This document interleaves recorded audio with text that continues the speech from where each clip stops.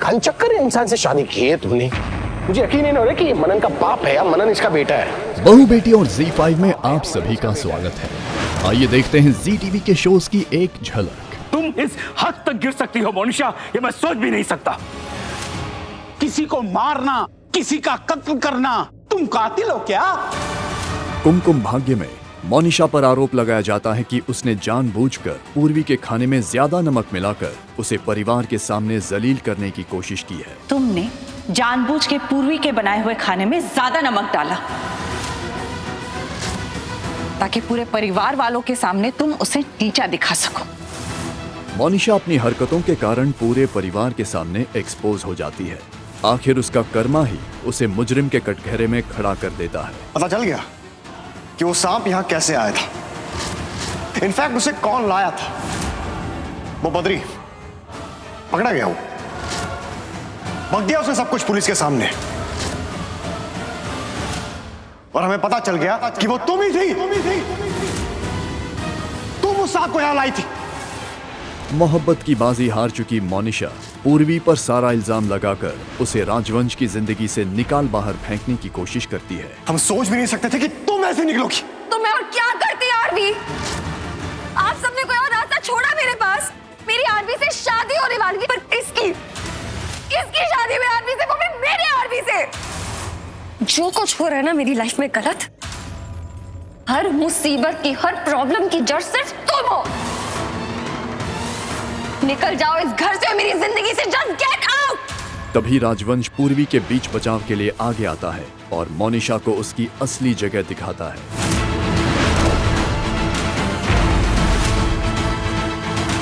पूर्वी कहीं नहीं जाएगी। तुम निकलोगी इस घर से भी और मेरी लाइफ से भी।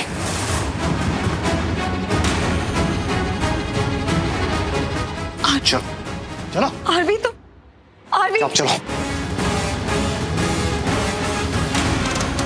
Get out! ऐसा लग रहा है सब कुछ मिल गया है। इस दुनिया की सारी खुशियां मिल गई है। भाग्य लक्ष्मी में पार्वती उर्फ पारो के ओबेरॉय खानदान में शामिल होने से खुशियां लौट आती हैं। बेटी को पाने से ऋषि तो खुशी से झूम उठता है। ऐसा क्या मिल गया मेरे भाई? बेटी, सच में गुरूर से मेरा दिल ना इतना बड़ा हो गया। मेरा सब कुछ है पारो, मेरा सुकून है, मेरी खुशियां हैं बिल्कुल लक्ष्मी की जैसे।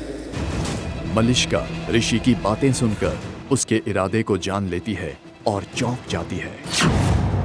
बहुत प्यार करता हूं उससे।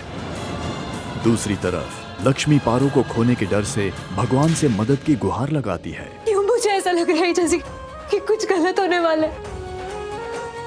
वो बहुत छोटी है भगवान जी, वो बहुत मानती है आपको, आपकी सच्ची भक्त है, वो विश्वास करती है आप पर, तो आप उसका विश्वास मत तोड़ो प्लीज।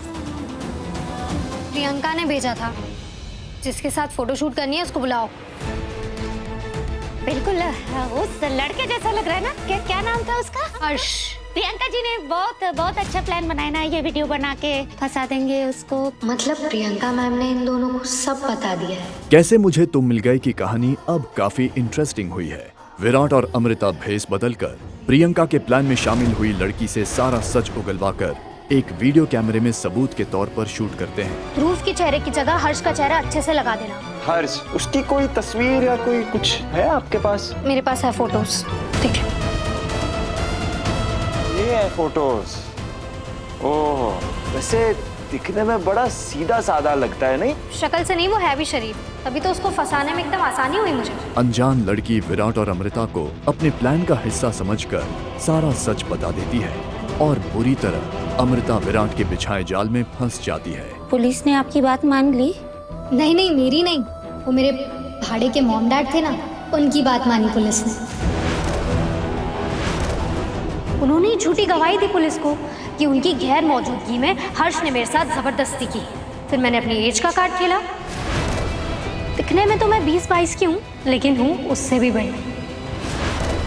और मैंने फेक डॉक्यूमेंट्स बनाए जिसमें मेरी एज 17 लिखी गई थी। तो बस पुलिस ने उन पे यकीन कर लिया और मेरा नाबालिग होना मान लिया।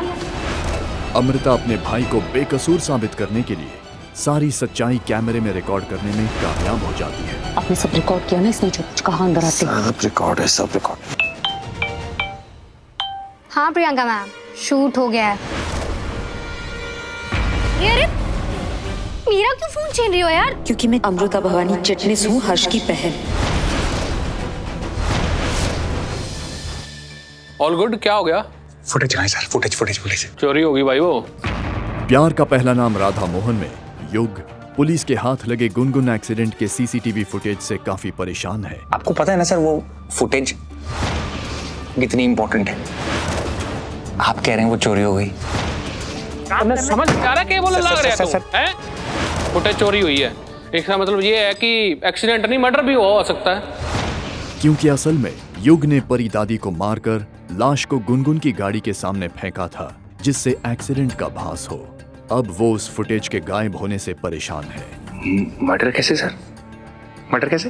भाई साहब इतना खुश क्यों हो रहे आप हैं? किस बात की खुशी चढ़ी आपने? नहीं सर, आप ना केस सॉल्व कर दो।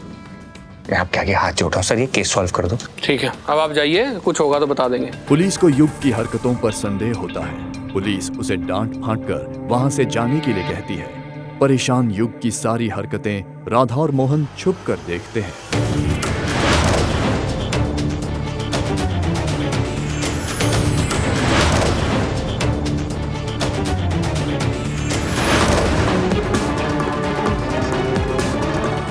ताऊ गया नहीं अभी तक?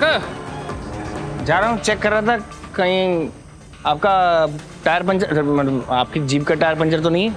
चला जा। जा रहा हूँ। जानवी, थाल से ये कपड़ा हटाओ। मैं हूँ साथ तेरे में शगुन लेकर मिस्टर बुंडेला जानवी के घर आते हैं। लेकिन जानवी जब शगुन थाल से कपड़ा हटाती है तो वो एकदम चौंक जाती है।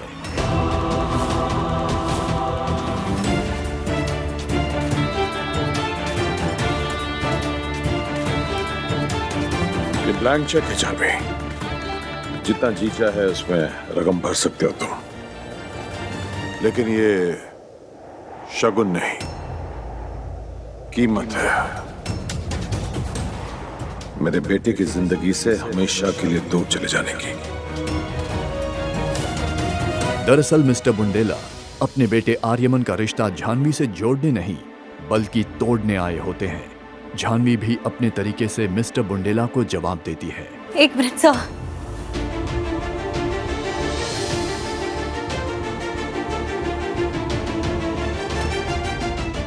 नहीं चाहिए मुझे आपका चेक।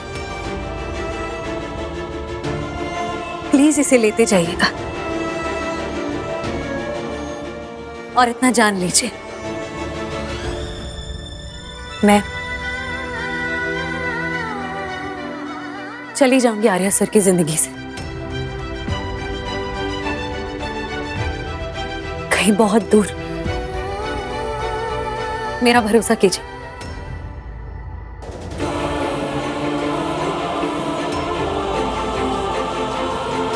तो दोस्तों आज यहीं रुकते हैं और मिलते हैं अगले एपिसोड में।